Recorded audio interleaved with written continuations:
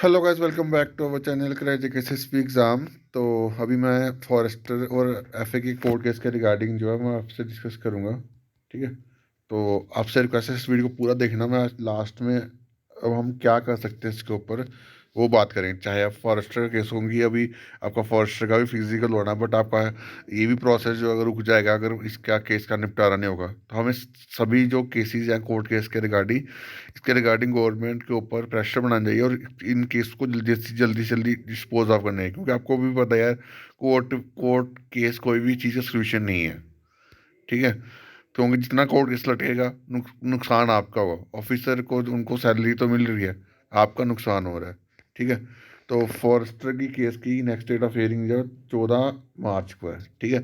अब इसमें कुछ लोग पूछेंगे सर फॉरेस्टर का फिजिकल होगा इसमें? तो फिजिकल तो आपका होगा। इसमें कोर्ट ने कोई भी डायरेक्शन जो है गवर्नमेंट को नहीं दी है कि आप फिजिकल नहीं करवा सकते। कोर्ट ने कुछ नहीं बोला हुआ। ठीक है। इसकी नेक्स्ट डेट ऑफ हियरिंग जो है वो 14 मार्च को। अब इसमें देखते हैं 14 मार्च को इसका क्या होता है, क्या हियरिंग में क्या चीज़ें होती हैं। ठीक है। उसके बाद उसके बाद कैट श्रीनगर कैट जम्मू की एफए की केस की हियरिंग जो है वो 18 मार्च को है। ठीक है।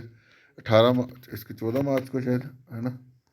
फॉरेस्टर की 14 मार्च को है और एफए की कैट जम्मू की हियरिंग जो है 18 मार्च को है। ठीक है। उसके बाद एक श्रीनगर में हियरिंग है इसकी, वो है जून में, जून मंथ में। हाँ, जून मंथ में। ठीक है। तो आप यहाँ पे देख लो यार, कोई भी केस हो, चाहे वो एफए वाला केस हो, चाहे वो फॉरेस्टर वाला केस हो। ठीक है। इन दोनों केस को, अगर दोनों मसले को रिजॉल्व करवाना है, क्योंकि आपको तो जो जिन्होंने एग्ज़ाम क्लियर करा हो, तो आपको तो ये चाहिए नहीं ये मसला जल्दी से जल्दी रिजॉल्व हो जाए हमारा, और सिलेक्शन प्रोसेस जो है कंप्लीट हो जाए। तो इसके रिगार्डिंग हम सबको जो है काम करना पड़ेगा। अब काम क्या करना है? काम आप सभी को जो है, जो भी आपके कंसर्न डिप्टी कमिश्नर हैं, उनके उनके पास जाके आपको रिप्रेजेंटेशन फाइल करनी है कि गवर्नमेंट की जल्दी से जल्दी ये दोनों केसेस जो हैं, जो भी कोर्ट केस होते हैं इसमें, इसको जल्दी से जल्दी ख़त्म करे। और इसके ऊपर इन्वेस्टिगेशन भी करे कि यार ये केसेस जो है ये क्यों होते हैं। ठीक है।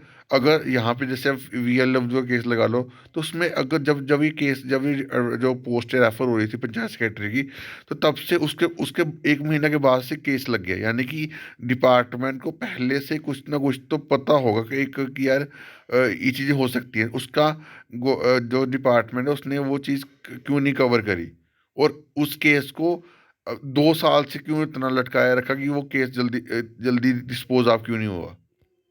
डिस्पोज ऑफ सब, क्योंकि यार यहाँ पे ना सबसे बड़ा मसला यहाँ पे जम्मू कश्मीर में रिक्रूटमेंट के मामले में ही रहता है कि हर मसला केस में होता है। चाहे वो JKPSI मसला हो, बड़ी रिक्रूटमेंट सारी कोर्ट केस में क्यों जाती, कोर्ट केस में गवर्नमेंट को उसके ऊपर इन्वेस्टिगेशन करनी चाहिए।